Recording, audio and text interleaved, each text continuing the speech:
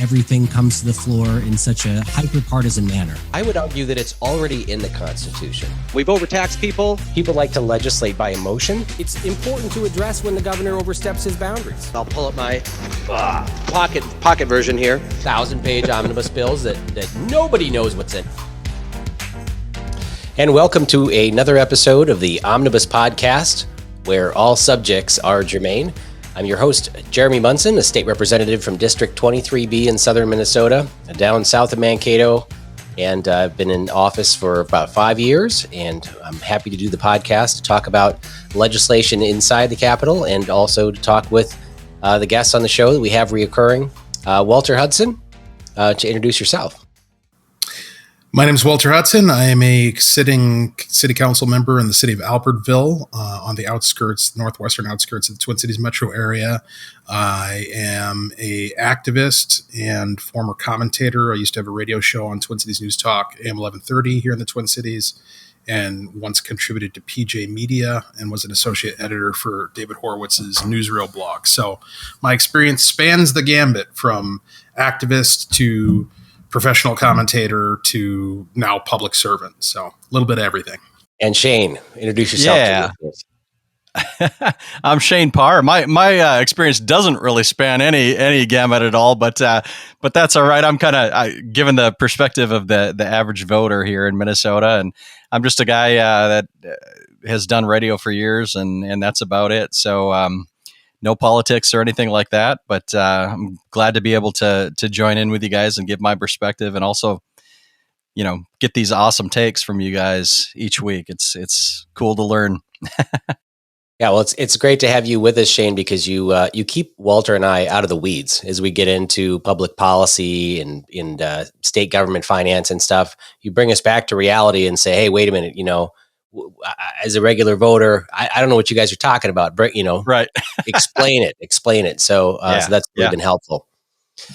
Well, Walter, I think the first topic that we should cover is this letter that the city of Minneapolis sent out to every city employee, not just people in the city council and people that work in the housing department, but to the police and fire workers of the city. Everybody got this email, and it is all about critical race theory and to admit that the city is and was and continues to be racist in its policies. And what jumped out to me as a lawmaker was a clause in there that says that racism is a public health crisis. We have seen legislation like that at the Capitol.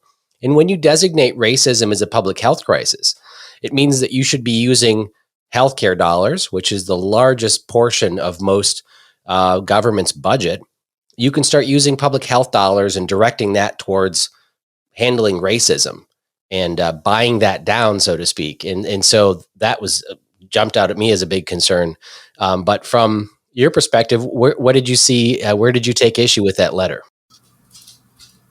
Well, this letter was brought to my attention by a friend who is one of those many Minneapolis employees, city of Minneapolis employees who received this letter. It was sent out, and you can see in the original email, it was sent out to all employees. And what it's asking them to do is sign this open letter, like put their name on this open letter that affirms all of these planks of critical race theory. And the thing that's noteworthy about this is that even though they say in the email that signing the letter is voluntary and that it's your choice and that it won't affect your work or your employment at the city in any way, they go on to disclose that both the letter and the names of those who sign it will be made public. And this is going to happen after Friday, June 11th, so a little over a week from when we're recording this. After that date, the public record will be updated to reflect all who sign. That's what it says in the email. And so the implications of this are that if you are a city employee who doesn't sign this, and let's just pause to consider, you could not sign this for a variety of reasons, right? You could not sign it because you don't agree with it. You could not sign it like my buddy almost, his situation was, he deleted the email, right? Like he didn't even look at it. because we all get spam emails, right? And then it was brought to his attention by somebody else. Hey, did you see this email that they put out? And he went back into his trash folder and found it and was like, oh. So if he hadn't been told, he wouldn't have even known it was there. So what happens after June 11th is the names of all the employees who opted to sign it becomes public, which means by default, every city employee whose name is not on that open letter is going to be effectively doxxed.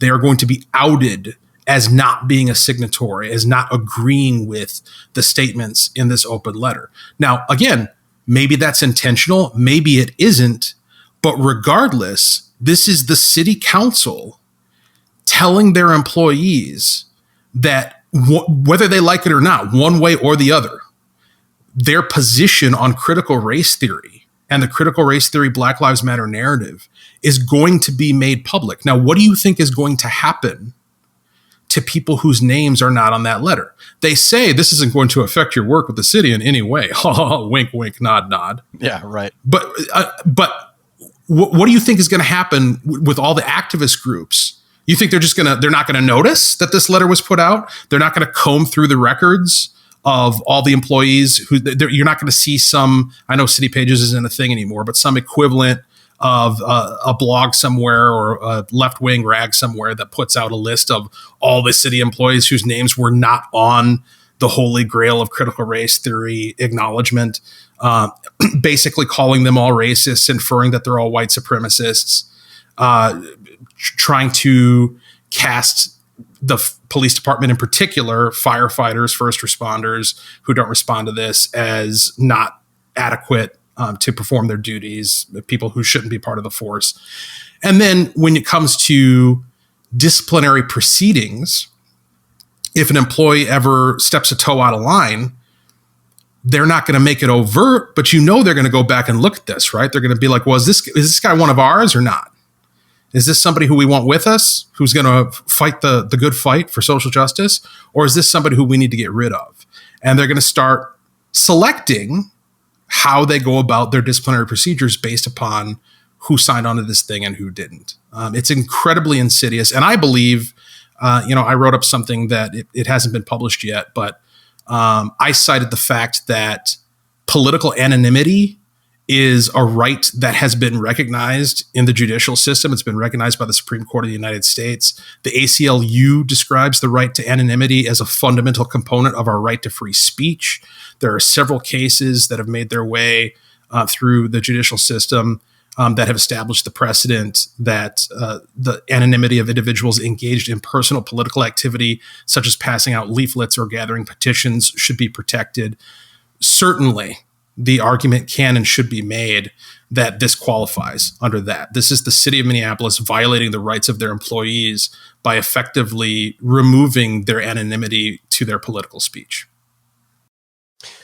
I think that the right to be political or not be political is something that we really need to protect.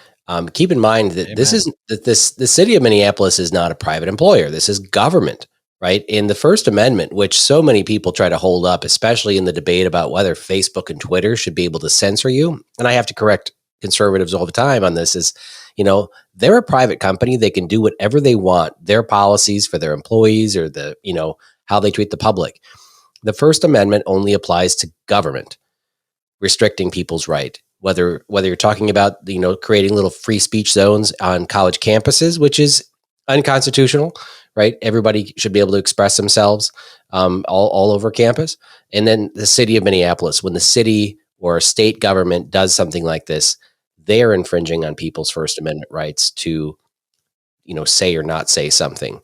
And that's where I really take issue with it, because some people just don't want to be called out. I don't want to be targeted for their conservative views or however they feel. And it's concerning when government starts doing this. What's strange, in the last year or 2 years ago, when at the legislature we debated this presidential primary, Minnesota is one of the few states where you go to vote and you don't have to choose in the primary ballot. When you go to vote in the primary, you don't have to say if you're Republican or Democrat. And for the first time in, I guess decades, you had to actually register as a Republican or Democrat, and that information would basically be public for the first time in a long time. Whereas other states, you can just look up online and see Walter Hudson is a registered Democrat or whatever, and not saying you are, but your affiliation in other states is public.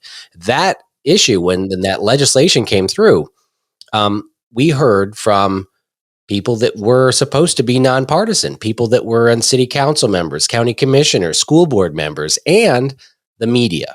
They didn't want to be outed as how they affiliated, and they felt like they should have a right to go and vote in a primary and do so privately without being outed of their political affiliation. There were concerns coming forward from people that worked for conservative companies. If you work for Cambria, whose owners are very conservative, and you wanted to go vote in the Democrat primary, you didn't want that information to come out because you didn't want your boss to know that you're actually a closet liberal. Or the opposite, if you're a teacher. There was a lot of concern from teachers' unions. They didn't want their union to know that they were a registered Republican. They had concerns about this legislation. And I feel like the city of Minneapolis forcing their hand on signing their name below a extremely liberal critical race theory letter like this is the same way. It's outing someone's political affiliation. It's making them choose a side. And I think it's uncalled for, and we should be snuffing this out, or there should be some lawsuit. And this is a time where the unions should be coming forward to protect their employees, because that's one of the things the unions are supposed to do. But they are so far silent. I have not heard about the union saying that you can't make our union employees sign this letter. Where's the MPPOA, the police union, or or the city employees unions to protect their employees? So I have seen and heard nothing public or official, but in the category of unverified rumor, I have heard that both the police and firefighters unions have advised their members not to sign this. And the reasoning is pretty obvious. They don't want to create a schism within their departments. And they also don't want to affirm what the council is doing by this. Now, I agree with you. They should be more, assuming that's true, I think they should publicly come out and make the case that this is a violation of their employees' rights. And it's even worse than you described, Jeremy. I mean, this is a Kafka trap. You read what this open letter says. One of the things that anybody who signs this is going to be affirming is these two statements here. One, we recognize we can never undo the past, but we can hold ourselves and each other accountable to listening to and learning from the Black, Indigenous, Asian, Pacific Islander, Latinx, people of color, and those who have been negatively impacted by the city. So basically listing everybody but whites. And then this statement here, this is the kicker. This is the Kafka trap. By signing this, you're saying, quote, I accept collective responsibility for pain we have caused as we've done our jobs and as stewards of the city of Minneapolis policies, unquote. So by signing this, you're confessing to racial discrimination.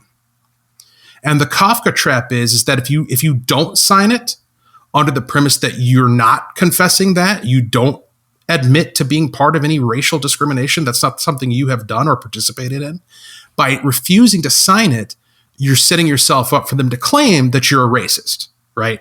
Because only racists would not sign this anti-racist open letter.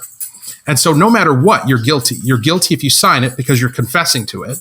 And you're guilty if you don't sign it because they're going to say you're a racist because you didn't sign it. My question is, where are the lawsuits on this? I mean, it sounds to me like the city is admitting they're a racist organization, right? Would anybody else get away with that? And I just, you guys were mentioning that I keep you out of the weeds, but I'm going to get really far into the weeds here now. This whole thing, like critical race theory, if you read about it, it's part of this larger, as you guys would know, but maybe the listeners don't. It's this larger umbrella, just referred to as critical theory in general, which comes out of the Frankfurt School. It's a Marxist ideology, and to me, it's all of this seems a lot like the struggle sessions that we used to see in the early days of the Soviet Union and communist China and that sort of thing. Kind of outing people, and making people, take a stand on this sort of thing one way or the other, so that we can see where their affiliations lie. And I guess if they're telling us they're going off from Marxist ideologies anyways with critical theory, then why shouldn't we think they're not doing that? In this case too. Well, and it's not speculation. We saw across the board from multiple sources of note prior to the election their declared intention. They said they wanted to have truth and reconciliation commissions. They wanted to punish Trump supporters. They wanted to go back and make people pay for their conservative views and their opposition to Black Lives Matter. I mean, this is not, we're not speculating. This isn't a conspiracy theory. We're just listening to the things that people are saying. People are saying that they want to punish people who disagree with them. And in that light, you can't, it's kind of like when you go back to the Kavanaugh trial. This was my road to Damascus moment where I went from being never Trump to you and me both. Yeah. To putting on the MAGA hat. Was with the Kavanaugh trial, they came forward with Christine Blasey Ford and they were like, oh, allegations of sexual misconduct. We need to look into this. Like it was, a good faith investigation to discover the truth. But what they were counting on there is you forgetting the fact that just weeks earlier, before we even knew who the nominee was, they were all coming out publicly saying, we've got to stop Trump's nominee no matter what. There's no way we're going to allow this to get pushed through. We have to stop this nominee by hook or by crook. It's an absolute must. So you've already declared your intention, right? And then in that context, you turn around and offer up this evidence, and I'm supposed to take it on good faith that we were going to give him due consideration, but now that we've discovered this new information, we need to pause and hold on and, hold our horses. So you have to judge their actions in the context of their prior statements. There's nothing to indicate that any of the people who said they were going to hunt down and make Trump supporters pay before have changed their minds in the last few months. And so in that context, you have some of the most radical activists around who happen to sit on the Minneapolis City Council and staff the various agencies and departments in that city, coming up with this scheme to out every employee who disagrees with it. Yeah, there was a movement for Minneapolis or St. Paul to get rid of police officers who had the 3%er sticker. There was a guy that had a 3%er sticker on the back of his car. And for those of you who don't know what 3%ers are, it comes from the Revolutionary War. I think they determined there was only 3% of colonists at the time that took up arms against the British. Yep. And so there was some 3%, the 3%er sticker that people had in the back of their cars, and they tried to ban people affiliating themselves with 3%ers from being police officers. There was also an amendment on the floor to ban. Actually, this came from Drazkowski. He put forward an amendment to let's see. He said to ban people that associate with BLM or Antifa from being teachers. It was just kind of to get them on the record, and then they came back and offered an amendment to the amendment, banning people that associated with conservative groups, or I think they included like whites. They didn't like just generalities, white supremacists and stuff from being teachers too. It's this give and take of all those white supremacists trying to be teachers, right? I've heard all about that. Just flooding the teaching profession. Yeah, sneaking through the cracks with no controversy. Right. Yeah, but it's both sides are kind of doing this where they're calling out these groups. But I think they're definitely trying to put larger targets on the back of conservatives that are working in government, and that's a concern. It's definitely a concern, and I hope that lawsuits come forward. I hope the unions come forward to shut this down, and I'm fearful for the few conservatives left in city government outside of the fire and police, which I think are mostly conservative. I feel bad for them being called out like this and dragged through the mud. I mean, you would think it would be a perfect layup for a class action lawsuit. Now, I happen to I happen to fundamentally loathe the concept of class action lawsuits, but they're a thing. And so since they're a thing, might as well use it. Yeah. And this is a class. You've got anybody who happens to be an employee of the city of Minneapolis is being asked to out their political views. And it's going to happen, whether there's no opt out. If you don't sign this thing, it's going to be inferred that you don't agree with the content of this letter. And so on that basis, whether they're able to stop it or not, I think lawsuits should go forward and they should be pursued aggressively. And this should also, of course, be decried by the Republicans, and there should be, folks of note, gubernatorial candidates, legislators like yourself, Jeremy, coming out in opposition to this and calling on the city council to reverse their position and to respect the rights to political anonymity of their employees. Well, I think one of the responses that conservatives like to do in this moment is to try to find the conservatives of color to come out and condemn it and say, hey, Walter, you're black. Would you come forward and say that this is an absolute racist thing to do to make people sign this letter? And I noticed that the Washington Post ran a headline. I sent this to you, Walter. It says, to understand Trump's support, we must think in terms of multiracial whiteness. And it has a picture of a black man who's at a Trump rally. What do liberals do with these black and Hispanic or Asian conservatives? How do they call them out? Well, maybe we need to start thinking in terms of multiracial whiteness. Actually, he's black, but he's really white. We're going to call him. I think that guy in the picture is actually the founder or leader of the Proud Boys. To be honest with you, I'm pretty sure that's him. So okay. Yeah. Well, we dealt with the Blexit movement, right? The black exit movement from the Democrat Party. So we had a big movement of blacks to come over to the conservative side after dealing with broken Democrat party and just finding out they don't support their values after so many years. But so, Walter, what do you think is besides a few people like me, legislators standing up and saying this is ridiculous, what do you think the best response from conservatives should be? Well, I don't think. I think the biggest mistake is to concede the premises upon which the open letter is offered. So if you start arguing in terms of racism versus non-racism, it's very quickly going to detract from what I think is the main point. The main point is that rights of their employees and trying to put them on the record on a political opinion. Now, as somebody who serves on a city council, I have known of city staff and in these smaller towns like mine who have been fired for expressing political opinions, just like relatively non-controversial political opinions, because it's unprofessional. You're not supposed to be doing that as a city employee. You're supposed to maintain an air of political neutrality in order to serve the public. Obviously, the city of Minneapolis is not following that model.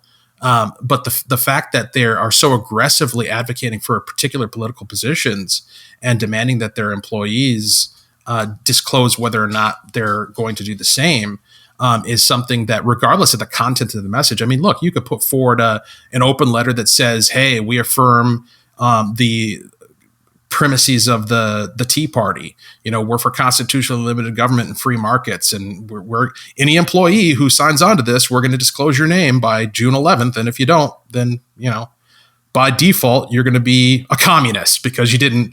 Somebody's going to be able to out you as not agreeing with the Constitution. It doesn't matter what the content of the letter is. It's the fact that they're asking people to disclose through omission or explicitly what their political positions are. Well, I think the proper response, somebody in the city should, and I don't know if anybody can just reply all or send an email to all city employees, but get the message out there that says signing this puts you into legal liability, increases your legal liability. Signing this, and go after the legality of the letter, how it increases someone's personal responsibility or liability, how this and this clause are actually in conflicting with each other, or you know what I mean? Like give people a reason to not sign it because it's just legally a bad statement. And well, how about this this just popped into my head. How about this for a legal reason to oppose this? By asking employees to admit to participation in racial discrimination as public employees, you are asking them to confess to federal crimes. It is a federal crime to discriminate against people on the basis of their race. And so this is a violation of the Fifth Amendment. Yeah. Yeah. There you go. Why is an employee of the housing department, would you admit to committing, racist acts? So that's a good, that would be a good summary. I hope we could get something like that out to the employees to give them a reason to not sign it. The other thing that's come up this last week is it is June, which is National Pride Month. Of course, you can't be prideful of everything. It's just for the LGBTQ plus community. And on social media, one after another, all of these Facebook pages changed their logo to include the rainbow flag, right? This is the universal symbol of whatever. Exactly. It used to be something great. You said it, brother. I had a lot of respect for people that were, gay or lesbian. Tacking on all the other things and then getting into transgenderism is, for I think a lot of people that are gay, expanded the movement, but it gets drawn into something that's a little more confusing and harder to explain to people. And the movement keeps going, but man, does the corporate America just shove it down your throat? I used to work for, I did some work for Target Corporation, and Target is it's probably one of the most sensitive companies out there that I've worked for. The employees could wear rainbow flag badges. So if you're a Target employee, you got just a red badge. But if you were LGBTQ, you could get your rainbow badge to just, so people were actually wearing it, year round, just as in all the meetings showing that they were gay. It's funny too. If I remember correctly, and you guys can tell me if I'm wrong, but I swear that Target was the company that was kind of under attack initially when this whole transgender thing first blew up, and they were talking about using bathrooms. Wasn't that Target? Am I mistaken on that? But I swear it was Target that came out and kind of was against allowing men and women's bathrooms at first, and then obviously did a 180 on that. But I swear that was Target in the early days. Target has gone on a journey over the years. I'm old enough to remember back when Tom Emmer was running for governor, Target got in trouble because they contributed to a PAC that in turn contributed to Tom Emmer's campaign. And so the left in this state got a hold of that and put pressure on Target. In fact, I remember, quick anecdote, a friend of mine at the time, lefty friend, said that she was going to boycott Target because they were, anti-gay, because the inference is you donated to a PAC that donated to Tom Emmer, therefore you are anti-gay. That was the argument. The next day she went to Target to buy a pair of pants. Yeah, right. And I called her out on it, and she's like, well, I needed pants. Yeah, see, I remember, though, I distinctly remember a whole bunch of, and I have a ton of lefty friends as well, and I remember people making this big deal out of boycotting Target in the old days. So, yeah. Yeah, well, and they got the message, because boy, oh boy, there's a few corporations out there that are more aggressive when it comes to flying that particular flag. Yeah, and the whole environment at Target corporate was really, they catered to bringing in people that are very, sensitive, and it got to be so bad that if you wanted to bring up a new idea in a meeting, you couldn't even bring up, hey, maybe we should do this instead. It was like, oh, no, you can't do that. That's too controversial. So you had to set up meetings, 5-minute meetings with people at the Target cafe, and, would socialize your new idea to everyone separately. And only if there was no objection could you bring it up at the next meeting, because they didn't want to hurt anybody's feelings. It's the most, I came from, Wall Street, working on, stock trading floors in New York and stuff, where people are, it was like a boiler room mentality. So then transferring into Target Corporation, where it was like ultra sensitive. It was not my culture fit, but it's so interesting. So just seeing all the stuff on social media about Pride Month was, even in my Facebook group, which is, mostly conservative, just how much I saw about, it's Pride Month all of a sudden for an entire month. And we'll see how that goes. I was trying to figure out how to display this one, but somewhere, I mean, if you look back at World War II and the Holocaust that happened, right? And I lived in Austria, in a small town that had a concentration camp. It's about 3,000 people in the town, and they had a large concentration camp, but it was only homosexuals, gypsies, and Russians that were at this concentration camp. And so the history of this town, it was interesting to see how many people were persecuted because of their homosexuality. People today that are advocating for big government controlling your lives, I look at that and see the persecution of people like that as something that the left is promoting when they promote big government. Well, and specifically big government and big business together. I mean, I get a kick out of how that's the side that's calling our side fascists, the side that is all about big business and big government colluding together. It's like, man, I don't think you understand what the definition of fascism is, but yeah, especially when so many businesses and employers were outing people back then, right? That was, you wanted to get rid of people, you had to out them on a social belief. And it was, and so reading about history, and talking to so many people in Europe that had been through that, I just wish more people would read history here in the United States to see what a dangerous path we go down when we start, getting government into people's personal lives. There's a parallel between the Nazi treatment of homosexuals that you reference and the historical injustices, real injustices that have been perpetrated against racial minorities, African Americans, and the like. The contrast between real persecution, I'm talking about real oppression, of the type where you're seized and thrown into a concentration camp for who you are, or what your proclivities are, or whatever the case may be. How that contrasts to what is alleged to be oppression today. Today, people without any hesitation or shame or sense of irony or seeming awareness of how ridiculous they are, claim to be oppressed because of the existence of somebody who disagrees with them. That person, like you were just describing, Jeremy, the culture at Target. Well, you can't say that you disagree with that guy's idea because that might hurt his feelings. And we don't want to oppress him. I mean, they're not saying that, but that's basically the implication. And we've certainly seen that application of that sentiment in the public discourse, where, people need safe spaces. You need to hold space. You need to make space. You need to decenter yourself in order to make room for the oppressed person.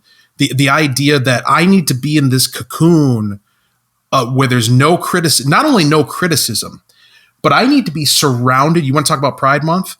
I need parades, buddy. I need people who are surrounding me, cheering at how awesome it is that I'm me.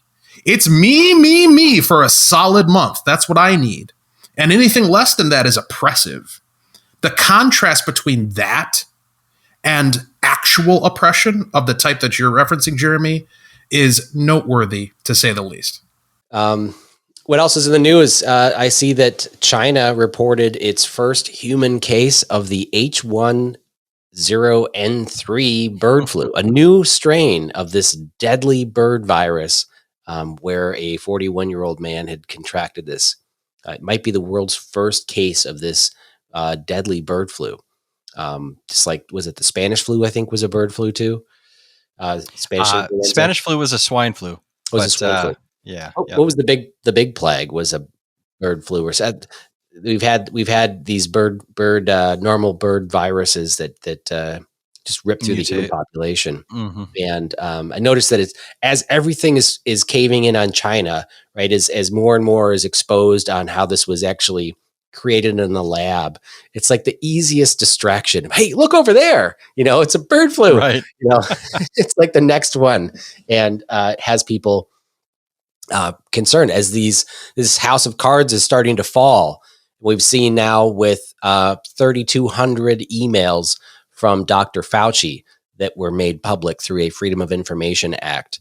And you can now go to, link. I know what I have it on my website at Representative Jeremy Munson on Facebook. You can click on the link and go and read 3,200 emails to and from Dr. Fauci, starting at, months before this pandemic hits, and, watching all of his emails, as the pandemic kind of comes through, and they're trying to figure out what their response should be. They should be pushing masks or not pushing masks, lockdown, not lockdown. Hey, maybe we should just lock down the old people that are vulnerable. You see all these arguments back and forth. Yeah. So, I put out a little post saying, hey, we're going to have a contest. Read through the 3,200 emails and see if you can find the best one, and, post it to my, to that as a response to that post. And we've had, hundreds of submissions so far. It's really telling to rip the Band-Aid off and see, just the truth of what was happening. And all of these conspiracy theorists last year who were being chastised for posting, false information, turns out they were right. And Dr. Fauci needs to go to jail. That guy is so corrupt. Yeah. I think that's the biggest story coming out of all of this. The biggest story, I'm going to go big. The biggest story out of this entire episode from the point the pandemic dawned is this story right here. Not the virus itself, not the lockdowns, not the mandates, not all of the back and forth and cultural hoopla that we've had. It's this story right here, that here we are in June of 2021, and we have political luminaries, credited experts, government officials, Dr. Fauci, coming forward and telling us, this thing was probably developed in a Chinese lab in Wuhan. Lest we forget, over the course of the past year, people's social media accounts have been suspended. Their posts have been taken down. They've been fact-checked. They've been smeared. They've been slandered. You want to talk about lawsuits, going back to the Minneapolis thing. Where's the class action lawsuit of slander and libel that you're calling me a liar in the face of, with no evidence? And when in point of fact, what I'm saying is demonstrably true. So now we have a situation where today you can go on social media and you can say the exact same thing that would have gotten you banned or censored or suspended just a few weeks ago. And what's the standard? This is the story. This is the headline. What's the standard? It's not the truth. It's not facts. It's not science. It's the state narrative. It's the government. You are allowed to agree with your government, and that's it.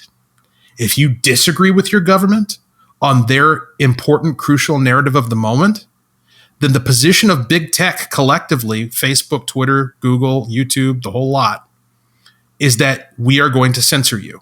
We are going to persecute you. We are going to slander you. We're going to call you a liar, say you're false. You're spreading misinformation. Even if it turns out down the road that we change our minds and, you were telling the truth the whole time. Well, it's too late. You lost. Let's say you're monetizing. You got a YouTube channel that you're monetizing. Well, you lost whatever amount of income from not being able to monetize your channel because they decided to censor you. Turns out the claim that you were putting forward was true. So where's the justice there? This is the biggest story. Shane was talking about fascism earlier. This is what it looks like. Right. This is what fascism is. It's when the private companies, go back and watch Schindler's List. When the state has total control of the environment in which the private companies operate, and the private companies collude with that state in order to advance their mutual interests. Yep. That's right. I have an announcement. Right here on the show, without even preparing for this thing, I figured out the solution to slam this one down on the liberals. We are going to call this, from this point forward, the big lie. We're going to use their words against them, which is the best thing you can do. This whole thing of this, people, the conservatives call it a scandemic, or what are they? Yeah, scandemic. I think. Yeah, right. Pandemic, whatever. No, we're just going to call it the big lie. And because that's what they're using against us for, the election fraud or whatever, we're going to say Fauci has been, creating the big lie, and anybody that thinks that Fauci was, doing the right thing. Oh, you're just pushing the big lie. We're going to keep on hammering him on like this. That's ridiculous how far they can take it. And there's so many liberals now that are saying, well, the opinions have been evolving. That's just science. It's evolved over the last year. And in looking back there, that lens and what we knew at that time, that's wrong. BS. We knew at the time it was false. I was posting stuff out there that was getting taken down off social media. I was going over to looking at reports of 40 and 50 years of data showing that, masks don't work outside of hospital settings. And all the studies showed that. Yet somehow, we were being shut down. I had a Facebook post that I put out in April taken down. I think it was in December or January. So it was that long after, about the 3M masks, the particulate size of viruses coming, through the mask. Mm-hmm. Fauci has it in his email, back in March, saying that it doesn't, prevent viruses, but I still had stuff being taken down many, many months afterwards. And Facebook would actually email me because I have the blue check marks, and they would say, well, just so you know, we're taking down a post. If you have more taken down, then, you can lose your status, or we'll start to throttle your reach, which is ridiculous. You can't take down a post from 8 months ago based on, new data or whatever, but this idea that, same thing with how the virus transmits on surfaces. Remember that? And they said, "Oh yeah, it can survive for days on boxes and whatever that you get." People were like wiping down their Amazon boxes, taking all their groceries and wiping it down. All the restaurants that had to buy, gallons and gallons of that chemical, tear out their carpeting, put in solid surface so they could clean everything, and then we find out it can't even survive on surfaces. Well, and what about the entire medical premise underlying social distancing and masks in the first place, and the lockdowns and all of it? The entire premise was that you don't know if you're sick. Asymptomatic spread. Mm-hmm. And we now know that asymptomatic spread wasn't really a thing. Certainly not to the degree that they were saying it was. No, we don't know that now. We knew that a year ago because all the data for decades. And the WHO has all these reports showing how lockdowns don't work. And God forbid, Munson posted a bunch of stuff about Sweden, who chose not to lock down. Yeah. It was just the amount of heat that I took for saying, well, we should look at Sweden. They're the ones that are not locking down. They're the only country not locking down. And all the criticism we took. And it turns out that's exactly what we should have done. Well, and, I said to my wife right from the get-go on this is a respiratory virus, right? You would expect it to interact and transmit and all that sort of thing, just like every other respiratory virus. The things that we see that normally spread on surfaces and things are the gastrointestinal type things. If you're talking about the flu or a cold or something like that, you're not going to get that from a box, to me, it's like nobody used any common sense on this stuff. It's like, take what we already know about things and kind of apply that. But it's like Walter said, it's whatever the government tells you is okay to think at any given time. And, I guess people are okay with that. So let's step back from all of the COVID stuff, take 10 paces back and look at this whole situation through a political lens. we had President Donald Trump standing on the stage every single day for these briefings with Dr. Fauci, who, we're going to keep looking through the emails, but my understanding is the guy is probably a liberal, and this whole thing staged to undermine him in the election. How much has COVID been used to, flip Trump out of office? And it's amazing how everything turned once Biden got in there. And all of a sudden, remember that like a week after he was sworn in, it was like, well, Biden really can't control this stuff, right? It's the virus is going to virus, it's going to spread. It's like, well, wait a minute. You blamed it all on Trump and his policies, and now Biden gets in office and you can't control it.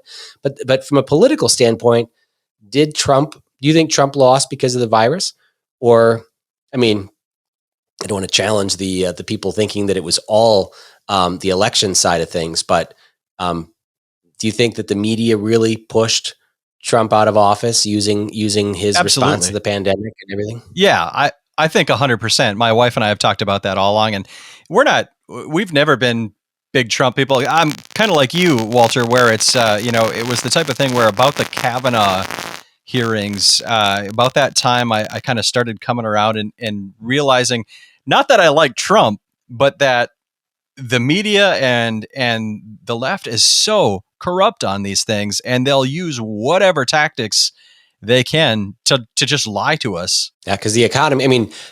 So maybe it wasn't as much about the pandemic, but it was about if the economy continues like it was, 2 years ago, then Trump's going to win in a landslide. So how do we completely destroy the economy? Like, was it that well planned? And just we'll probably never know. The response to COVID, the response to COVID was to just tank the economy.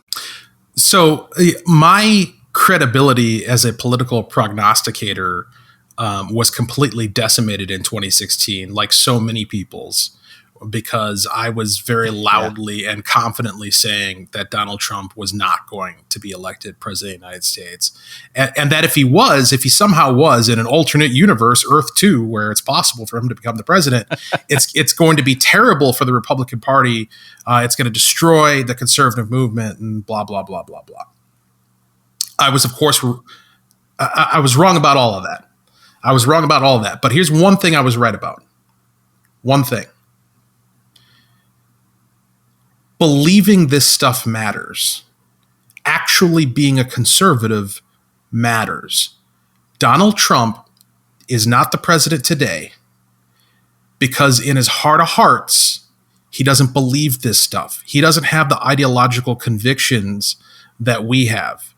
And so when COVID reared its ugly head, he was hearing the worm tongue of his son-in-law and all of his advisors in his ear telling him, this is going to be on you. This is going to make you look bad. You're the one who's in charge here. You've got to take charge of this. You've got to, and let's trust the experts. Let's follow the science. And he became a victim of his own lack of mooring.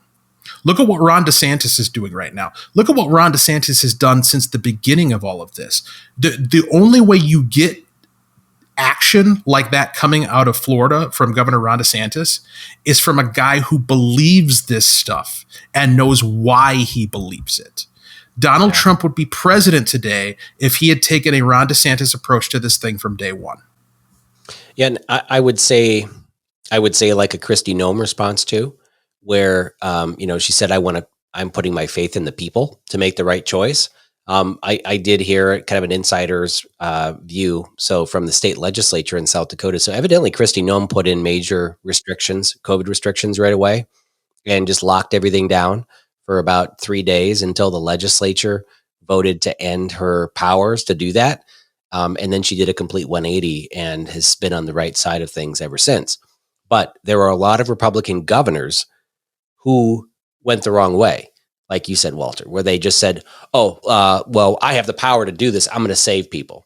I'm going to use government to save people. And that was their gut reaction, and they paid for it. They should pay for it if they haven't been thrown out of office or restricted yet. Because you're right. If you are a true believer in individualism, then you will let people, you will use your power as an executive to inform and advise, but you must grant the people the right to do, to make their own decision and to maintain their livelihoods as best they can. And then government doesn't own all of that taking from them and have to pay them for their losses, which, God, we had a lot of losses last year. So I think that the political response to COVID, I think, is going to be coming out and hopefully will be front and center during the 2022 election, because I think people need to remember that government did this to people. And so unfortunately, I think a lot of people are forgetting that already. So this exposure of Fauci is good, and I hope that it gets traction and the mainstream media continues to report on it. Well, similar to what we talked about last week, I think the key for conservatives going into next year is that we can't get too locked into an application of an idea.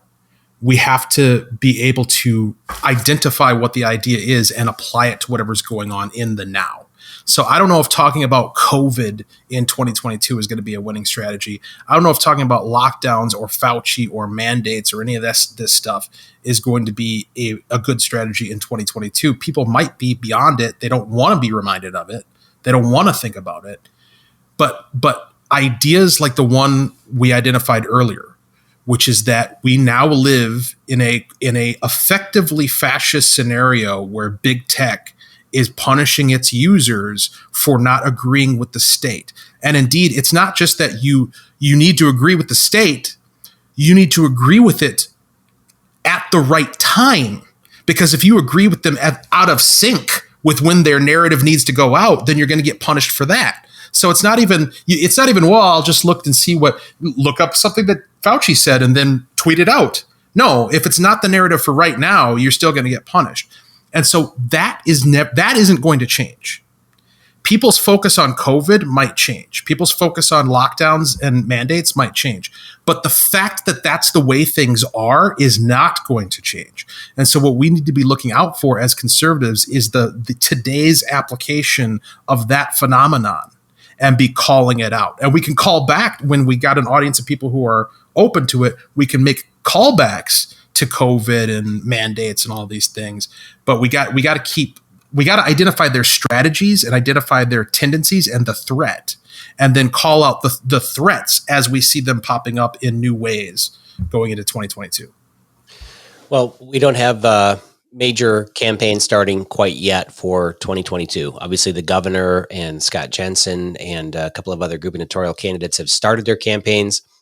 At the legislature, what are we, about a week and a half away from the first special session, where we hope to figure out a budget deal before the end of June, when our budget ends and then government would shut down.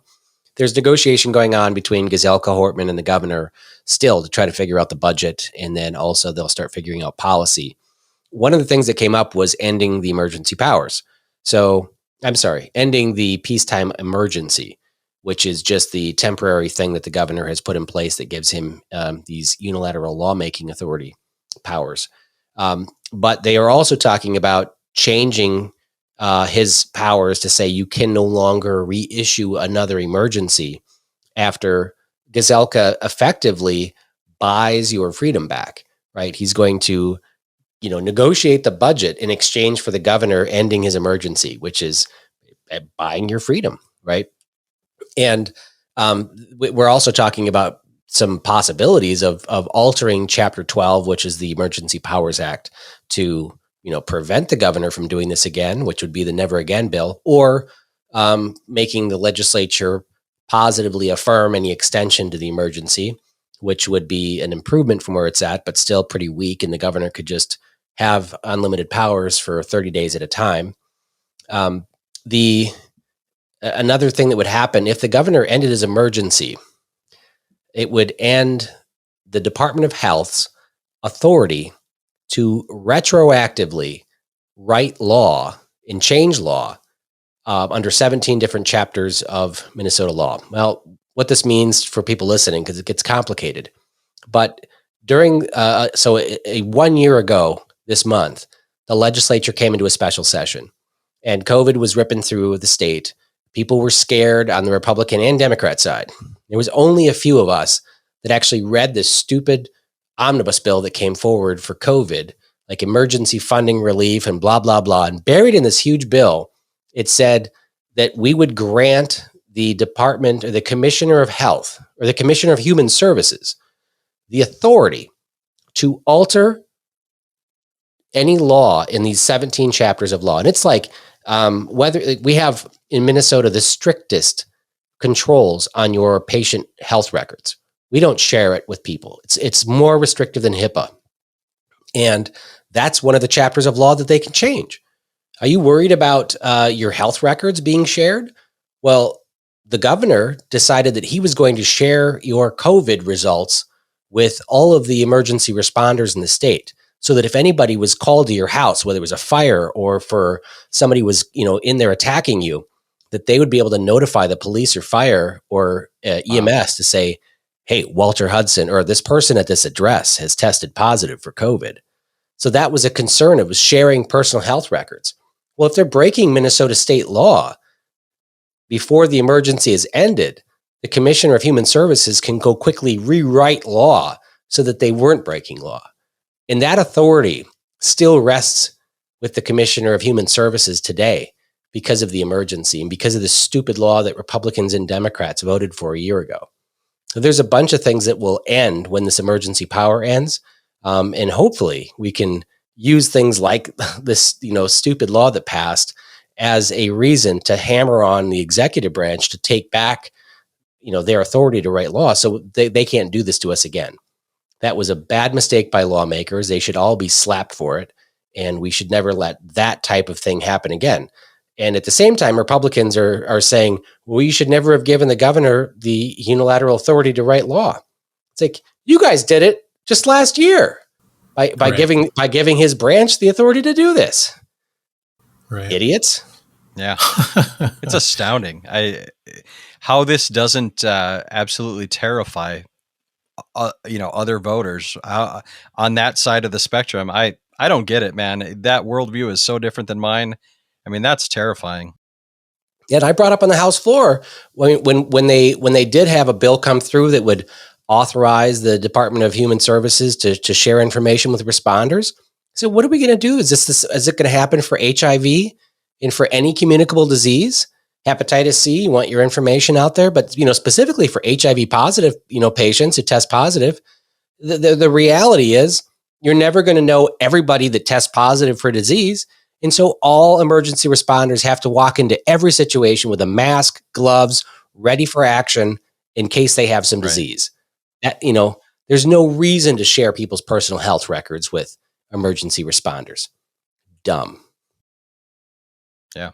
Yeah, I mean, you sent both of us, Jeremy, an email with the details on this, and you stated at the outset of this segment that it's complicated. You ain't kidding. As somebody who regards himself as relatively quick to grasp something, I looked at that material and I was like, I have no idea what's going on here at all. I just don't understand it. But I get the gist of what you're saying, and it's definitely problematic.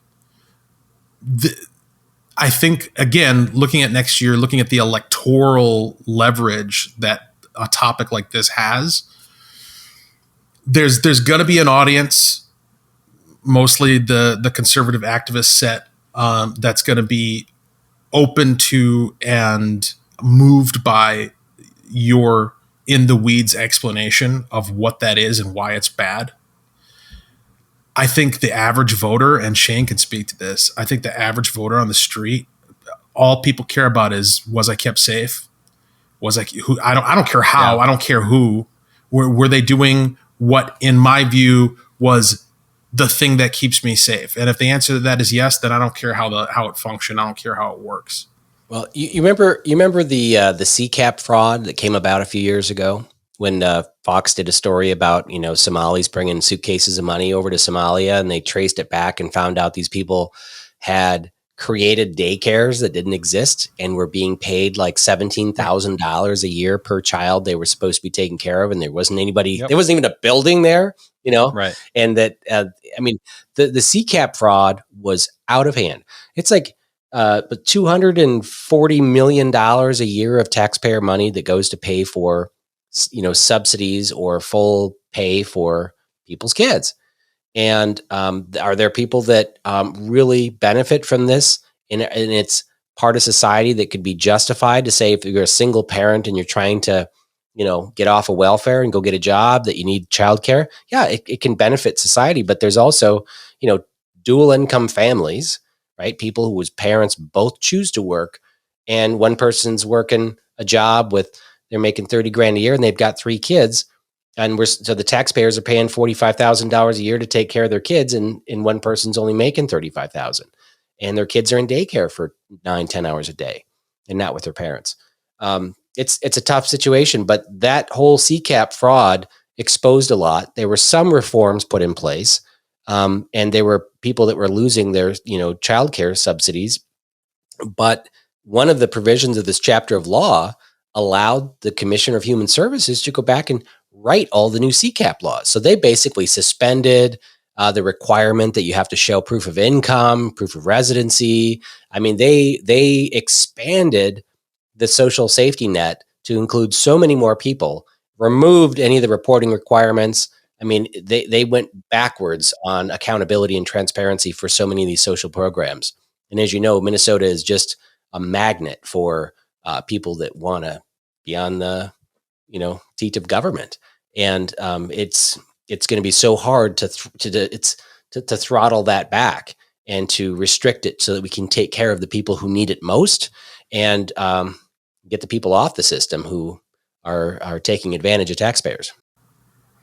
Well, and again, I think the way to do it is going to be making a generalized appeal across the board, regardless of political affiliation and ideological persuasion, that you are not being represented in St. Paul.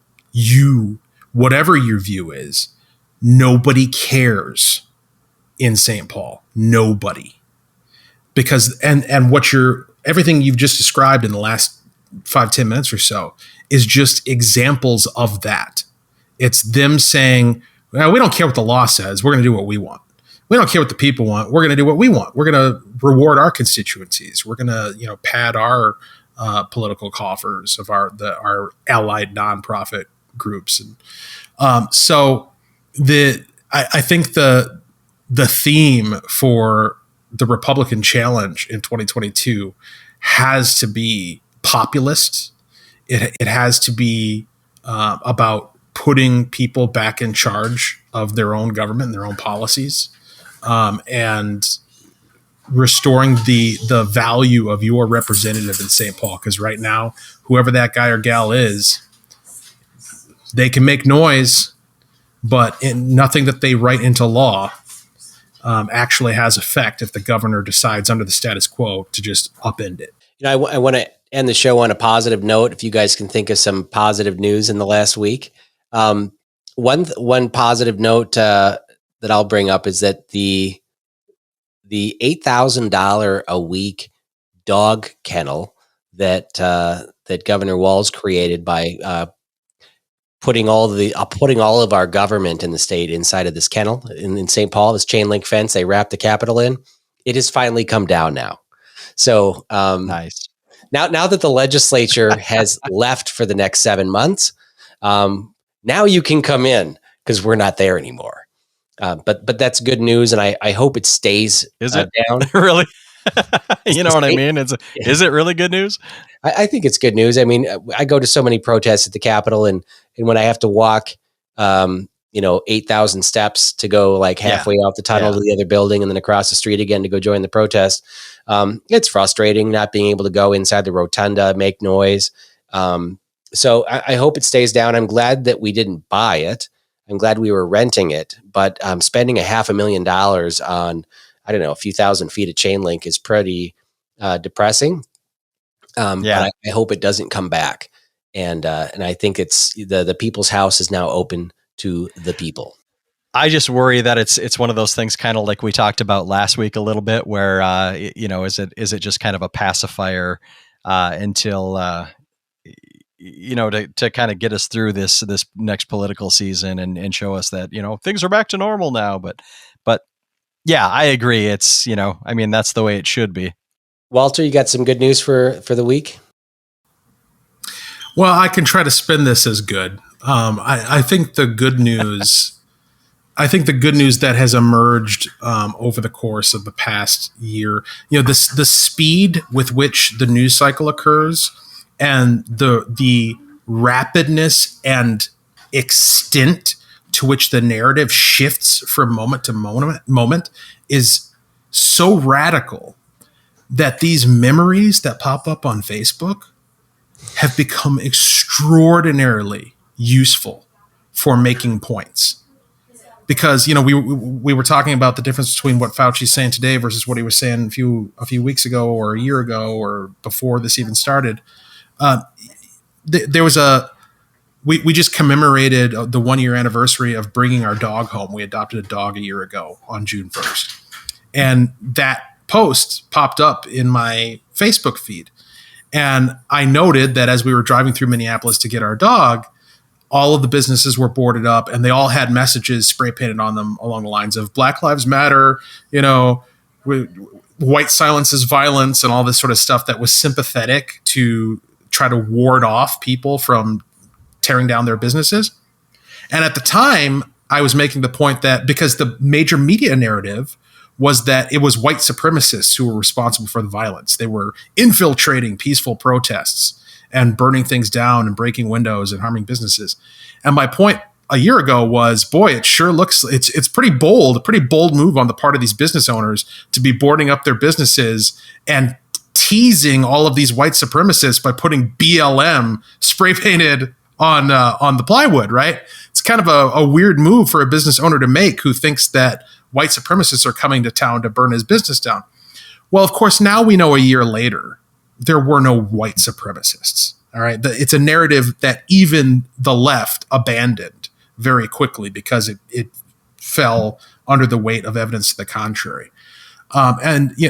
So that's another example, right? Like this, we need to start making, and I actually had the idea for a website, and maybe something like this is out there, where it's, last year's news today.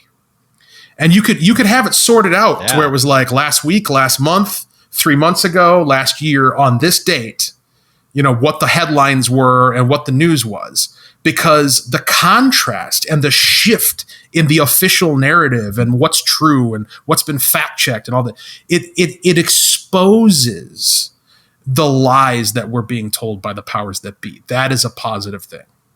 That's a great idea, man, especially because so many of these sites, you'll go back and read them 6 months later or whatever, and you'll see at the very top, it says edited, and it'll be a completely different story, even a different headline than what you had originally read. I like that. Shane, what's your good news of the week? Oh man, do I have to? No, really, actually, to be completely honest with you guys, I have hardly followed the news or politics this entire week.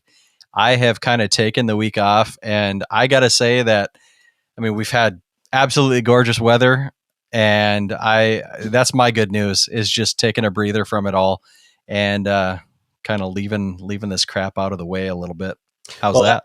I think I'll give you one. We had a good Memorial Day.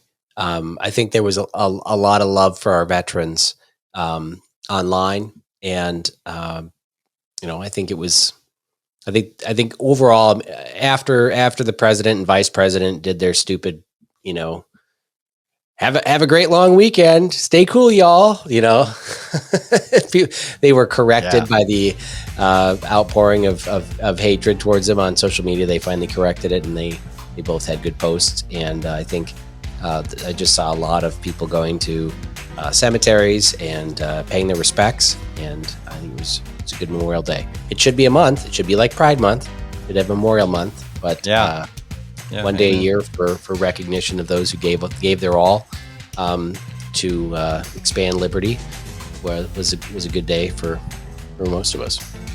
All right. Well, thank you everybody for listening to another episode of the Omnibus Podcast. We'll be back again next week with the hottest topics of the week, the most controversial political news of the week, and we'll break it down for you.